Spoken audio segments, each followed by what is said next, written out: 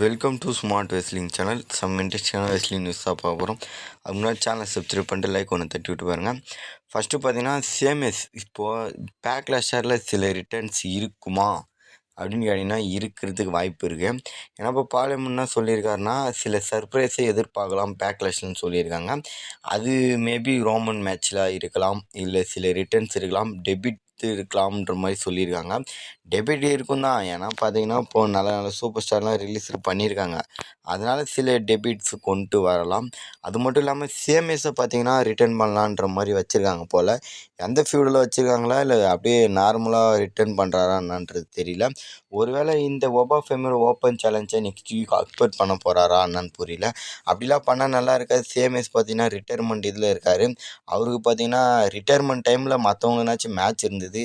சிஎம்எஸ்க்கு பார்த்தீங்கன்னா மேட்ச்சே ஸ்டோரி லைனே இல்லை. ரிட்டையர்மெண்ட் ஆகிற நேரத்தில் அவரையும் விட்டா ரிலீஸ் பண்ணாலும் பண்ணிவிடுவானுங்க. அத்தனைக்காண்டு ஆழமாக சண்டை போட்ட ரெஸ்லரே ரிலீஸ் பண்ணாலும் பண்ணிவிடுவானுங்க.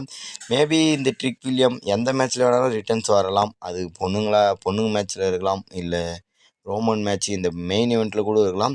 ஆனால் பாலேமனை வச்சு சொல்லும்போது அது மெயின் ஈவெண்ட்டில் இருக்கிறதுக்கு வாய்ப்பு தான் இருக்குது. எனக்கு இன்னமும் ஜில்லா ஃபோட்டு தான் வரப்போகிறாரோ அப்படின்ற மாதிரி இருக்குது. சர்ப்ரைஸ்ன்னு சொல்லியிருக்காரு. சர்ப்ரைஸ்னால் இப்போது அந்த மாதிரி ரிட்டர்ன்ஸு இந்த ஜில்லா ஃபோட்டு இந்த மாதிரி ஆளுங்களாக இருக்கலாம்னு நினைக்கிறேன். பார்க்கலாம் யார் இது பண்ணான்னு. மொத்தம் டபிள்யூடபிள்யூ இந்த டைமில் பார்த்தீங்கன்னா மோசமாக போயிட்டுருக்கு. சரி, டபிள்யூடபிள்யூக்கு நல்ல வருமானம் 478 மில்லியன் கிட்டத்தட்ட அவ்வளோ மில்லியன் சம்பாரித்து கொடுக்குது டபிள்யூடபிள்யூ. டிகேவாக இருக்குது.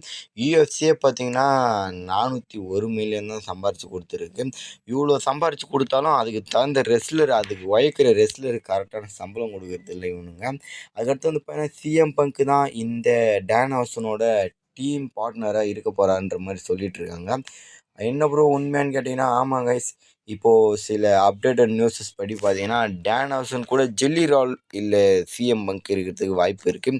ஜெல்லி ரால் ஏன் வரத்துக்கு வாய்ப்பு இருக்குன்னு பார்த்தீங்கன்னா ஆல்ரெடி அந்த ஸ்டோரியில் இருக்கார். ஜெல்லி ராலை சில இதுக்கு பயன்படுத்துகிறானுங்க. ஏன்னா அவர் சோசியல் மீடியா மெகா ஸ்டார்ன்றதால. இங்கே சிஎம் பங்க்கும் இப்போ இல்லாமல் இருக்காருல்ல, சிஎம் பங்க்கும் டேன் ஹவுசனும் வச்சு பேசியிருப்பாங்க. ஒருவேளை அந்த ஃபன் மூமெண்ட்டை இது பண்ணுறதுக்கோசரம் சிஎம் பங்க் வர போகிறாரோ, இல்லை பாலேமன் சொன்ன சர்ப்ரைஸ் பார்த்தீங்கன்னா அந்த மிஸ்ட்ரி நபராக இருக்கலாமோன்ற மாதிரி பல கேள்வின்னு போயிட்டுருக்கு. ஆக மொத்தம் டபிள்யூடபிள்யூ ஒரு ட்விஸ்ட் வச்சுருக்காங்க. பரவாயில்ல, மிஸ் ரொம்ப வருடங்கள் கழித்து பார்த்தீங்கன்னா பேப்பர் ரிவ்யூவில் சண்டை போட போகிறாரு. அதை நினச்சா கொஞ்சம் நல்ல விதம் தான். டேன் ஹவுசனால் மிஸ்ஸுக்கு கொஞ்சம் நல்ல விஷயங்கள் நடக்க போகிறது. பார்க்கலாம். சிஎம் பங்க் வந்தாலும் ஓகே, பட் இல்லைனா வேறு ஏதாவது சூப்பர் ஸ்டார் ரிட்டர்ன் பண்ணாலும் ஓகே தான் நினைக்கிறேன். யாரை கொண்டு வந்தாலும் கொஞ்சம் கொண்டு வந்து நல்லா பயன்படுத்தினா சார் தான். அதுக்கடுத்து வருவோம் பார்த்தீங்கன்னா மெயின் ஈவெண்ட் சம்பவத்துக்கு. மெயின் ஈவெண்ட்டில் பார்த்தீங்கன்னா Roman Reigns Jacob Ford match நடக்க போகுது வேர்ல்டு ஹெவிவெயிட் சாம்பியன் பேக்லாஷில். இதில் வந்து பார்த்தீங்கன்னா ஊசோஸ் ரோமனுக்கு துரோகம் பண்ணலாமா வாய்ப்பு இருக்குன்ற மாதிரி சொல்லியிருக்காங்க. ஏன்னா ஜேக்கப் ஃபோர்டு விரோதியாக நினைக்கல. ரோமனுக்கு யார் விரோதி, எல்லாமே பார்த்தீங்கன்னா ஜிம்மிக்கும் விரோதியாக தான் இருக்கணும். ரோமனை அட்டாக்கும் பண்ணிட்டார் ஜேக்கப் ஃபோர்டும். இதனால என்ன பண்ணியிருக்கணும், ஜிம்மி கடுப்பாக இருக்கணும். அன்றைக்கி ஜிம்மி அடிக்கிற போது நிற்கும் போது கூட ஜேக்கப் ஃபோர்டும் அவங்கள அடிக்கல. இதெல்லாம் வச்சு பார்க்கும்போது டபிள்யூடபிள்யூ வேறு மாதிரி கொண்டு போகிறாங்க. மேபி பெட்டராக பண்ணலாம். பெட்டராக பண்ணிட்டாங்கன்னா ரோமன் ரெயின்ஸ் சாம்பியன்ஷிப் கை மாறிடும். இதிலே சாம்பியன்ஷிப் கை மாறி இருக்கா ப்ரோ பேக்லாஷ்லன்னு கேட்டிங்கன்னா வாய்ப்பு இருந்திருக்கு. இந்த நம்மளுடைய ஜிந்தர் மகால் இந்த மாதிரி சில பேர் வெஸ்டமினாக்கு அடுத்தது பேக்லாஷர்லேயே சாம்பியன்ஷிப் கை மாறி ஷாக்கிங்காக இருந்திருக்கு. அந்த மாதிரி ஷாக்கிங் மூமெண்ட்டு கொடுக்கலாம். ரோமன் ரெயின்ஸ் பேர் ரிலீஸ் ஆக போகிறாரு அப்படி இப்படின்னு சொல்லிட்டு இருக்காங்க. அதை வச்சு பார்க்கும்போது இந்த சாம்பியன்ஷிப் மட்டும் ஜேக்கப் ஃபோர்டு கிட்ட கை மாறிச்சுன்னா ரோமன் ரெயின்ஸ் போகிற மாதிரி இருக்கும் டபிள்யூடபிள்யூ விட்டு. இப்போ கான்ட்ராக்ட் இஷ்யூஸ் போயிட்டுருக்கு. சம்பளம் பார்த்தீங்கன்னா குறைச்சி விட்ருக்காங்க. அது ரோமன் ரெயின்ஸ் கேள்வி கேட்டதுக்கு அது இதுன்னு சொல்லிட்டு காரணம் காட்டுறாங்க போல். பார்க்கலாம். ரோமன் ரெயின்ஸ் கிட்ட தான் இருக்குது. என்ன நடந்தாலும் நடக்கலாம். ஆனால் ரோமன் ரெயின்ஸ் டபிள்யூடபிள்யூ விட்டு போகிறதுக்கு வாய்ப்பு இருக்காதுன்னு நினைக்கிறேன். அவர் கேட்ட சம்பளத்தை கொடுத்தே தான் ஆகணும்.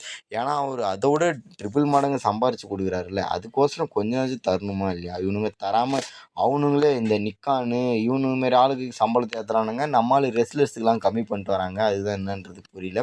ஆக மொத்தம் பெட்டராக பண்ணுவாங்களா ஜிம்மி அண்ட் ஜே, இல்லை ரோமன் கூட இருப்பாங்களா அப்படின்னு சொல்லிட்டு ரூமர் அப்டேட் வந்து என்னோட கருத்து என்னென்னா ரோமன் ரெயின்ஸுக்கு இப்போ பெட்டராக பண்ணுற மாதிரி இல்லை. ஏன்னா ஜிம்மி ரோமன் அந்த பிளட் லைன் உருவாக்கி ஒரு டாப் மேட்சாக பண்ணலான்னு பார்க்குறாங்க. அதனால் இப்போ பெட்டராக இருக்காதுன்னு நினைக்கிறேன்.